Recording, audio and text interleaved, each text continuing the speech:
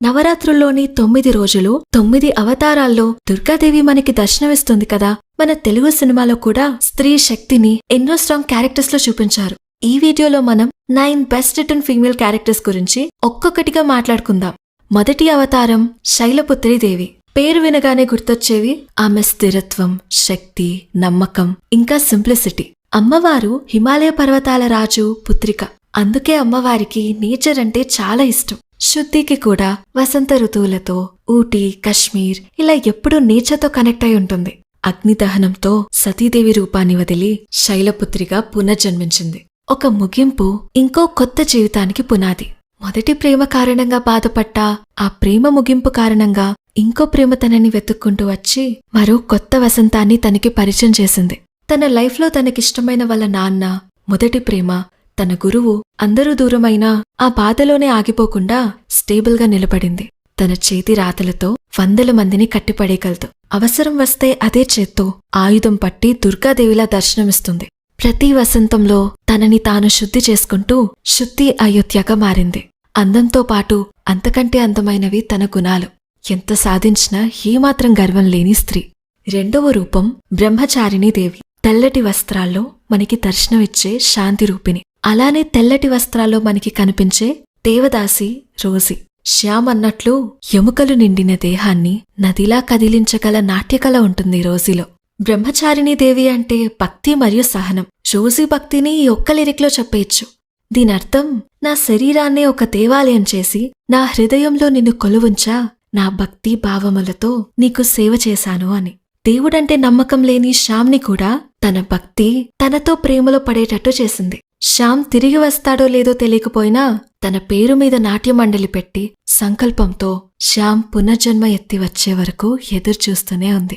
రాక్షస సంహారం చేసినా కూడా అమ్మవారికి కోపం తగ్గలేదు. కోపంతో విలయ తాండవం చేస్తుంటే అలా ఒకసారి ఆ పరమేశ్వరుడి చూపు తగిలిన వెంటనే కోపంగా ఉన్న దేవి చిరునవ్వు చిందించిందంట. మూడవ రూపం చంద్రఘంటాదేవి.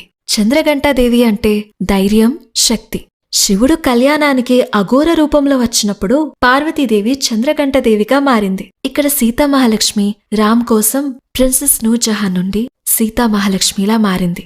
చంద్రఘంటాదేవి ధైర్యంతో రాక్షసులతో పోరాడితే సీతామహాలక్ష్మి తన కుటుంబం, సమాజంతో పోరాడుతుంది. న్యాయం కోసం రాక్షస సంహారం చేసింది అమ్మవారు. తన రామ్ దేశద్రోహం చేయలేదు అని న్యాయం కోసం పోరాడింది ఈ సీత. ఎప్పటికైనా న్యాయం గెలుస్తుంది అని ధైర్యాన్ని వదలకుండా నిలబడింది. శివుని కోసం ఎన్నో సంవత్సరాలు తపస్సు చేసిందంట చంద్రఘంటాదేవి. రామ్ ఆచూకీ కోసం 20 ఏళ్లుగా తన జ్ఞాపకాలతో కాలాన్ని గడిపిన సీతామహాలక్ష్మి. నాలుగో రూపం కూష్మాండాదేవి. కూష్మాండాదేవి అనగానే గుర్తొచ్చేది ఎనర్జీ అండ్ పాజిటివిటీ. అంధకారంలో ఉన్న ప్రపంచానికి తన చిరునవ్వుతో వెలుగునందించింది. రూపా పేరుకి అర్థం డివైన్ రేడియన్స్. అలా రూపా తనతో ఉన్న వారి లైఫ్లో ఒక పాజిటివిటీని తెస్తుంది. పెళ్లిపీటల దగ్గరే తన పెళ్లాగిపోయినా she didn't lose her energy. వాళ్ళ అమ్మా నాన్నని యాక్సిడెంట్ చేసిన వారి మీద కోపం లేదా అని అడిగితే వాళ్ళు ఆలస్యంగా వెళ్లడానికి కారణం నేనే, ఆ యాక్సిడెంట్ కి కారణం నేనేనేమో అని అంటుంది. తనేంటో ఈ మాటలోనే తెలుస్తుంది. రూపా ఇండిపెండెంట్ గా ఉండే అమ్మాయి. తనకి విలువలేని చోట ఉండదు. ఐదో రూపం స్కందమాత. స్కందమాత అనగానే మనకు గుర్తొచ్చేది తల్లి ప్రేమ. తల్లి ప్రేమ అనగానే గుర్తొచ్చేది సరస్వతి.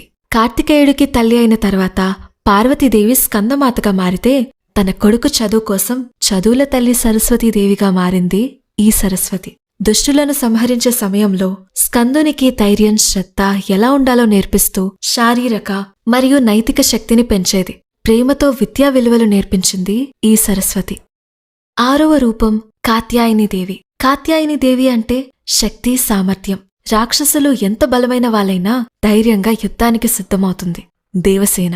ముందుంది రాజమాత శివగామి అయినా తప్పు చేస్తే నిలదీయడానికి ఏమాత్రం భయపడదు.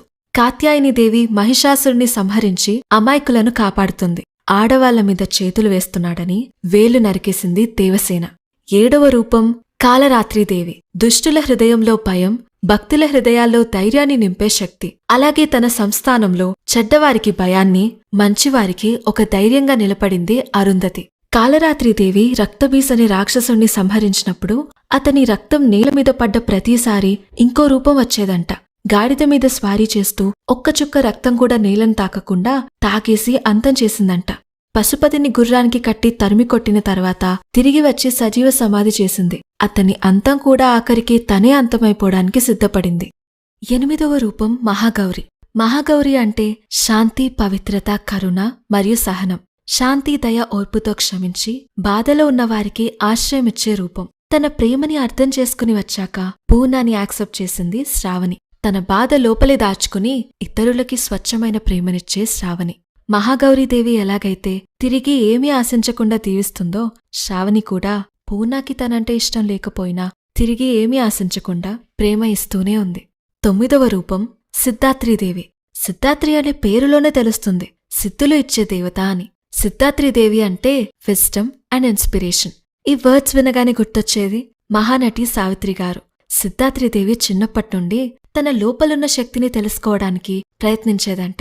సావిత్రి గారు చిన్నప్పుడు నీకు నాట్యం రాదు అన్నా పట్టుబట్టి నేర్చుకుంది. Every role of her is an example of her passion. శైలపుత్రీదేవి నుండి సిద్ధాత్రీదేవి అవతారం వరకు ప్రతి రూపంతో అమ్మవారు మనకి ఏదొకటి నేర్పిస్తుంది. అలాగే ఈ క్యారెక్టర్స్ కూడా భక్తితో చూస్తే ప్రతి స్త్రీలో ఆ దుర్గాదేవి దర్శనమిస్తుంది. మీరు ఫస్ట్ టైం మా ఛానల్ని చూస్తున్నట్టయితే ఇంకో 5 minutes మన ఛానల్లో స్పెండ్ చేసి మా కంటెంట్ మీకు బాగా నచ్చితే సబ్స్క్రైబ్ చేసుకోవచ్చు కదా. That's all for today's video. ఇంకో వీడియోతో మళ్ళీ కలుద్దాం. అంటిల్ దెన్, ఓం శ్రీమాత్రే నమః.